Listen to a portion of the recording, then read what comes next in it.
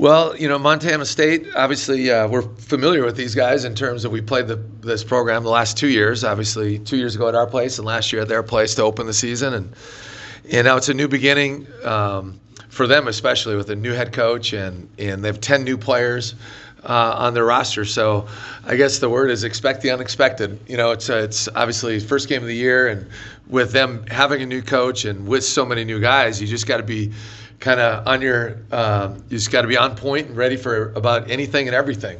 And so there's going to have to be a lot of adjustments on the fly, and obviously we've done our due diligence to try to, find out about all their personnel and see what Coach Sprinkle has done at different places. So we'll be on point, and then we got to take care of our business, right? And take care of business at home and play the best that we can play. And we have 7 new guys, but like I've said multiple occasions, I also consider the 2 guys, Clay Stahl and Roche, as new guys because they didn't have one practice with us last year. So we have a lot of new faces too, and we got to figure out how to put these guys in a position to succeed.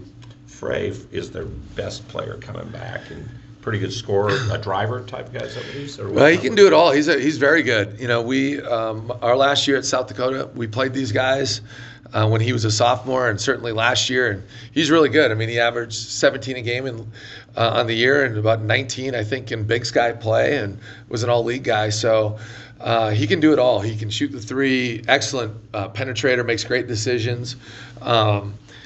He's kind of a high cross of Sam Merrill and Abel Porter. To be honest, they can put him in a lot of different spots that way, and really makes them go. So him being a senior will be a big-time stabilizing force for those guys, having all those new players, in their program. But he's an excellent player. And I guess Clay told us that this Kirby guy and him were high school teammates.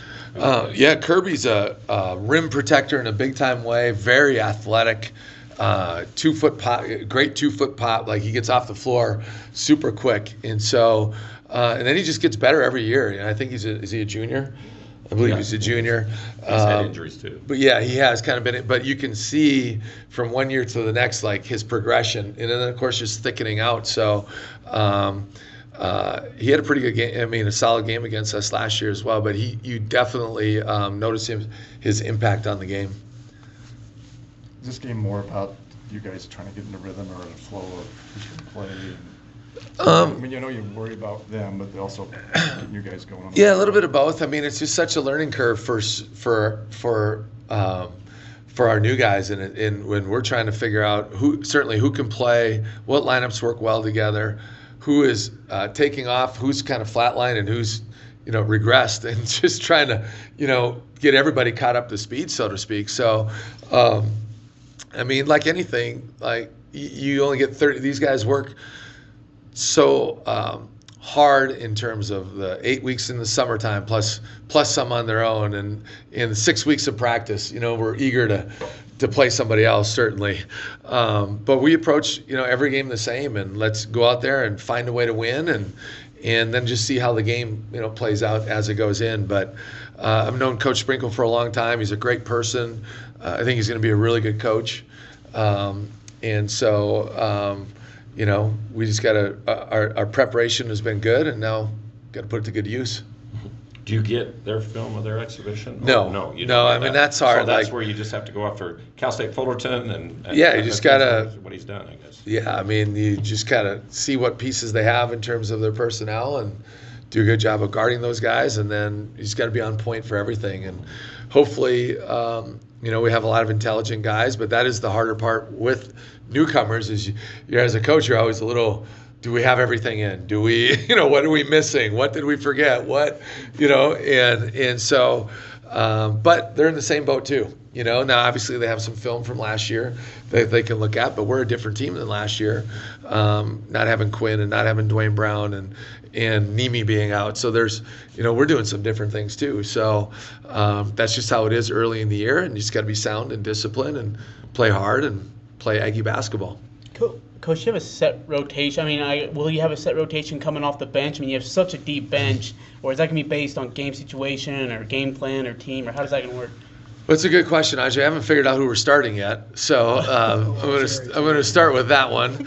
So got to make that final decision. But off the bench, yeah, I mean, you have it in your mind to an extent, of course, but then the games kind of go. I just think we try to adapt to the game and who's playing well and what lineups are going good, and and then depending on who they have on the floor, kind of can reflect who we might have on the floor, or in terms of a matchup to guard them or to try to expose them too. It works right both ways. So there's always yin and yang, when it comes to that. But there's just a lot of guys that are pretty even in terms of on our team. So I expect a lot of guys to play, just like we did last year. We played a million guys early.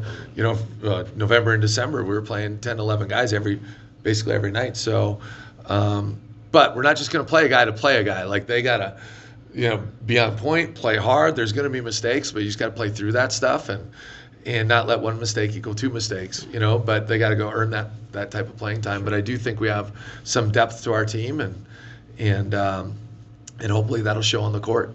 You've probably had, in some ways I think about the schedule, have you had to put in almost everything because you're kind of going to play, almost rest, game prep, play, rest? So do you feel like for the first 4 or 5 weeks, you've got in what you've got? Well, we've put a ton of stuff in, and it's our schedule. We don't have, like last year we had 2 1-week breaks during November and December because our season was a week longer. The Mountain West Conference tournament's a week earlier this year. So we're playing 2 league games, just jamming all these, right? So I think we have 5 games in the first 13 days. And then we have, a 4-day, but we got to get to Jamaica, all that stuff. But you're right, and we play a lot of teams with different styles of play. So you feel like you got to get a lot of different things in, and that's the delicate balance as a coach that you're consistently battling with, like because our returners know most of everything, right? So you don't want to hold those guys back because you're bringing all these new guys caught up to speed. But if you're just letting the returners go, now the new guys feel lost because their heads are spinning like, oh, we'll slow down for a second. Like I'm trying to figure out what a cross screen is. So that's the delicate balance of where's the line of being an expert at something or just putting it in, maybe getting some reps at it just in case you see it. And now you have a feel for it, but maybe you're not as polished as you need to be. And there's just always a fine line of that, especially at this point in the year. So we have a lot of things in. I feel comfortable with where we're at with most things. Certainly our returners have a great feel for everything because they've been through all those things, for at least one season before, and some of them more, but at least, our system of play. But that is the balancing act at this time of year where I'm just getting guys to be kind of experts at different actions and what we're trying to accomplish with on both ends of the floor. What's it like to get those rings? That was pretty awesome. I told my wife, we've had them for probably maybe 2 months, and I hadn't looked at them on purpose. Our guys designed them, which was really cool, and they look great. And that was awesome to see. It's just kind of a band of brothers. It's a badge of accomplishment that team will have forever. It's a link that they'll have forever. And to see the emotion on the field, I told my wife when we went home that night, like I didn't. On a personal basis, I didn't think it would hit me like that. Do you know what I mean? Because I've just been thinking about this year. We've already celebrated last year, but it is kind of that, you see that ring, and it's just something that'll link you in to be able to do it in that kind of an atmosphere was pretty awesome. So, but it's on to the next now, and 0-0, no one's done a thing. And I know it's cliche-ish, but it's a new team, it's a new year, it's 0-0, and let's go earn victory on, and earn hopefully a championship. So you finally did relish last year's season, finally comes somewhere along the way. You never, you hesitated all during the year. Yeah, it does get like that. You don't even think about it. But my old boss, Coach Miles, there you go, beating your chest again when you win a game. And I thought, you know what? We work too. I say work loosely. I love my job, so I don't ever consider it a job, because it's your passion. But you go, and you know what? When you win a game, you win a championship, I'm going to smile and enjoy it till midnight, is what we say, and then it's on to the next. And obviously this summer, the other night I stayed up. It was probably about 3 weeks ago. I just was looking back at some things we did last year, and I was watching the first game of the Mountain West tournament, and then the adrenaline started going. Then I watched the semifinal game, and then I watched the championship, and I went to bed at 3:30. So that's kind of, but it's hard not to, like, you watch that and just the emotions and the adrenaline that comes with it. You can enjoy It's it hard to go to more, sleep. yeah. So then you could, So, but that's over. Like I told our team, I'm done talking about last year, because last year's over.